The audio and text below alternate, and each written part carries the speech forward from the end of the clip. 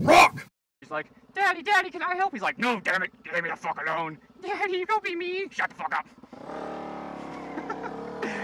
Why the fuck do I do these things? Hey guys, what's going on? I'm gonna head on out to the end of this road. A lot of these guys with supermotos or street legal dual sports, a lot of times what's pretty much what everyone I know does who's got something like this, you get on Google Maps or like Google Earth or something, and basically you just look for something that looks interesting, you know?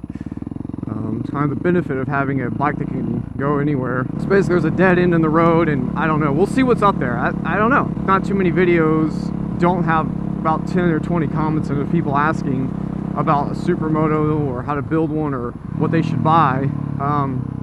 It's such an odd question, you know. It's such a, I mean, it's such a, like, it depends so much. But I guess what I'm saying is a lot of people want to know how to build one or how to buy one. Since it's such a case-by-case thing, it's really kind of tricky, you know. It's not easy for me to give an answer. It's easier for me to just make a video and talk about it for a few minutes, because I don't know how to fit that. Well, I guess now in the stupid comments I could put a fucking book in there if I wanted, but I don't want to do that. So if you're smart enough to decide you want one, so many variables: what you want to use this bike for, how much knowledge you have on wrenching on bikes, working on them, how much time and tools, and fuck, there's a lot that goes into it, you know. It's almost, I'd actually say, surprising, it's almost not so much how much motorcycling skill you have. Like this, like, cool thing with a supermoto is, you know, you could ride the bike I'm on right now if you were a beginner. I really believe it's not that fast of a bike. It's a 450 on the dirt. That can be a handful if you don't have a lot of experience in the dirt, but I mean on the streets, like, it's not that much power. You're more just limited by height, because you do got to be, you know, I don't know, I can't just tell you like a dead like end weight you at least need to be, but I think for most supermotos, if you're not at least like 5'8", 5'7", it's not impossible. It's just not going to be as easy for you. They're going to be leaning when you come to a stop on 1 foot. It's 6 foot. I think I can flat foot this bike. I'm pretty sure I can. I don't know. I'll see when I stop up here. I always just put 1 foot down. Almost. My heels are just slightly off the ground. I will say, you don't have a lot of experience with wrenching. You don't really want to build one. You want to buy a ready-to-go one. Well, you know, it depends on where your country is. I can't say much for the guys in European countries, UK, fucking Australia. Everybody, you all got so many different and a lot of cooler bikes, honestly, than we have. You know, especially for supermoto. There's a lot of basically factory ready-to-go supermotos. In America, that's just not the case. We have every manufacturer sort of took a stab at it for a few years, but they all did it kind of stupid, in my opinion. They all did basically 250s, or Honda did a 230. Yeah, the 230 is not a strong bike. I mean, I guess they thought they'd make good little commuter bikes around town. Kawasaki is second to last. They made the KLX 250, and it probably is it's at least decent. I wouldn't say you shouldn't get it. If you're shorter, it's not a bad bike, because I know it sits a lot lower to the ground than some of the others, but it's still a pretty weak engine, unfortunately. It's a pretty weak setup altogether. Kind of tied. I mean, I don't know which one's really that much better. I know there's more aftermarket for the DRZ, but Yamaha's WR250X is not a bad bike. It's pretty cool. They are going to be a little bit weaker than the DRZ, but they're a fun bike to ride. And then the ultimate one, the only person in America who's played ball, even though we wish it would be better. You know, everyone always says, oh, I wish they'd make like a 450 version, or make it lighter, or update it. I mean, at least they've been making it all this time. That's the DRZ 400. It's the king boss of just, yeah, we're doing it, we're not going to stop bike. And you got to love it for that. I loved mine. It was a good bike, and I would recommend getting one if you can. A lot of times, though, with these bikes, since Suzuki's now the only one still making one, everybody made one for a few years, the other manufacturers, and they kind of quit. Even KTM had the SMR that you could get legal, but that's not even the one you really want. You really want the EXC supermoto. It's just, you know, buying a street legal dual sport and supermotoing it.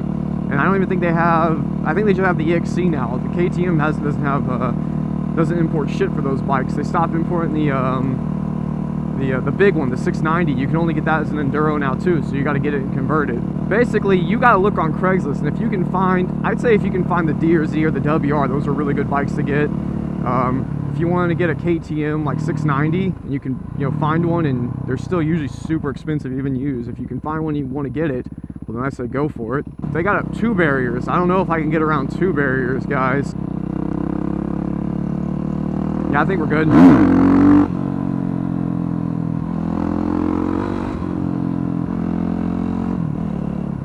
There you go. All right, let's go up this. SuperMoto's fun. If you find one of those and you think it's in good shape, I mean, you can go for that. Like I say, it can be hard to find one of those. And sometimes it's not really what you want anyway. I mean, you know, sometimes you don't want a DRZ or a WR250. You know, what if you really want your maybe you really got your heart set on a 450, kind of like this, and you really don't want to settle for something smaller. And I can understand that. So if you want to build a supermoto for the streets, well, then you got some other options there, but you're going to be going down a different path. I mean, it's honestly, I mean, I love my DRZ, but I do feel like even when I sat in my DRZ, like the best supermotos are always like the built ones, you know. I mean, even my DRZ, I preferred over a DRZ SM because it wasn't a factory supermoto. I had I felt like my suspension, even though it was old S suspension, with the way it was modified, I think it was better than SM. My parts I had were better than an SM since I had aftermarket stuff. I had higher quality brand. And I used to actually really not like riding SMs, man. People would be like, oh yeah, let's trade real quick. We'd be riding, you know, DRZs, and I'd be like, all right. And I'd jump on theirs, and I'd be like, man, I just don't like it. It is just not the same bike mine is. Nice plowed grass. I'd love nothing more than to shoot across that at like a top speed, but I don't want to fuck with anyone's farmland. That's fucking with someone's money right there. That's what I wanted to see was over here. It was some kind of old building or something. You could see the foundation of it from Google. So if you're gonna build one, you either are you gonna take one that was already legal, like I did with my DRZ, buy like an already street legal enduro, or are you gonna convert one? You got to think of these things ahead of time, you know, like what's gonna be the best option. Buying one that's already legal takes a lot of the headaches and hard work out of the problem. Some of y'all, that's your only choice if you're gonna build one, because there's a lot of states these days that you just can't do what I did with this bike, and you're gonna have to look at each individual situation and figure out what's best for you. I can't tell you. You're gonna have to look at your state. I don't know. I know in Texas you can do what I did with this bike, but I know in some places you can't. It may just be as simple as calling up, you know, like Moto Strano, for instance, where I bought my supermoto stuff for my DRZ. I mean, you go on there, you could call them if you really don't know what you're doing and be like, hey, I've got this bike, I don't know, what do you think I should buy for it? And they're gonna tell you what you need. I mean, they should be able to if it's a known bike. If it's not, you may have to figure something out. There may not be a kit out there for it. You know, you might have to buy an extra set of hubs. You know, buy the rim, build it yourself. Sometimes I'm just driving around grass fields, not finding shit. I mean, this happens sometimes. I mean, this is interesting, but it's not. It's kind of like a movie that's like, yeah, it was good. I mean, I don't need to see it again or anything, but yeah, it was alright. I'm gonna run over this manhole right here. It's almost on the ground. Be mindful, because you were driving around somebody else. Hello, wheelies.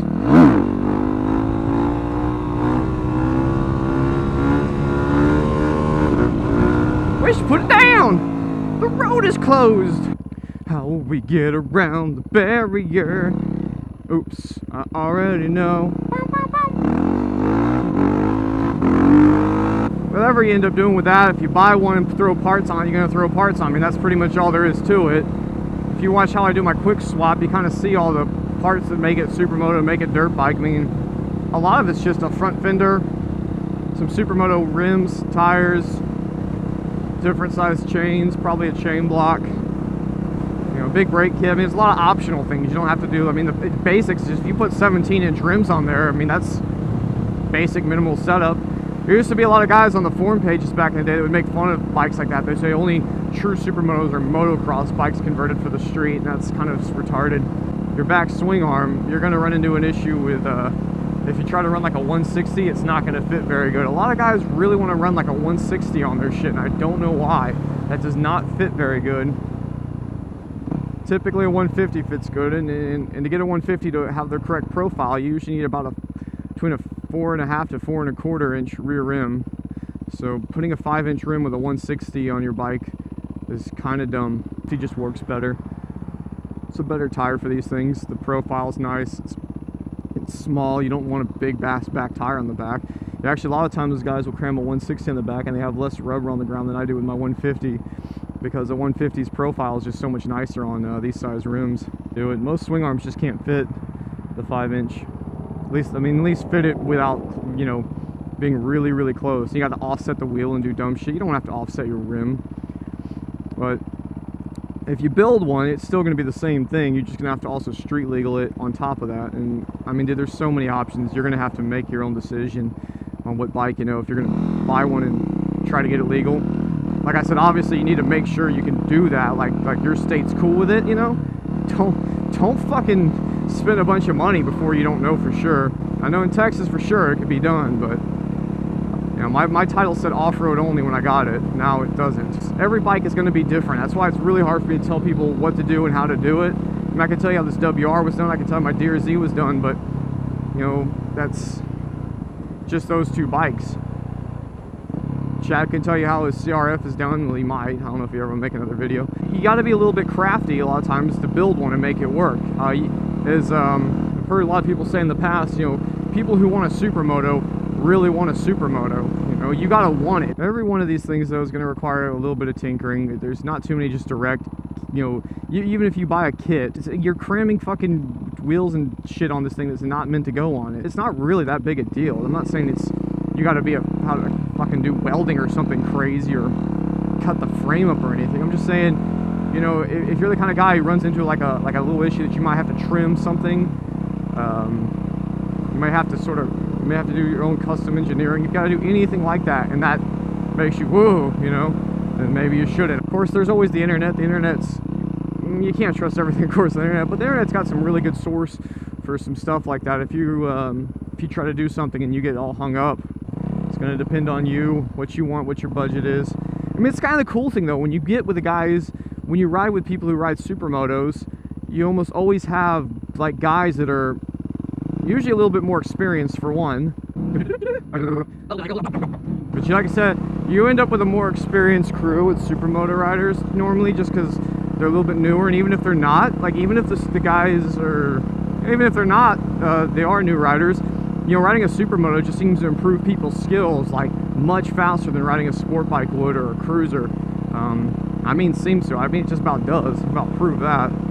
Guys who start out on supermotos are just always like better riders because of it. You know, a bike like this just teaches you so much about riding. A light, nimble bike that can be thrown around. You don't have to worry about it. You'll do things. You'll push the limit. People always say don't ride beyond your limit, but how do you improve your limit? Well, you got to ride beyond it. You know, you just got to do it a little bit at a time. And supermoto is such a forgiving machine. You can really ride this thing to the limit and feel that you're on it. Even go over it and recover it. You know, it's so much feedback with a bike like this and so much time to recover. That's probably the best I can tell you for what you should buy. It's the fun bike, man. It really is. It's the fun bike. It's not a serious bike. If you're the guy who likes to ride around and look cool and like you want people to see you, probably shouldn't get one. Down on it. I'm the same thing to push down on the shifter. You're just holding it down. When you're pulling the brakes and when you kind of, snake while you're pushing, you do that.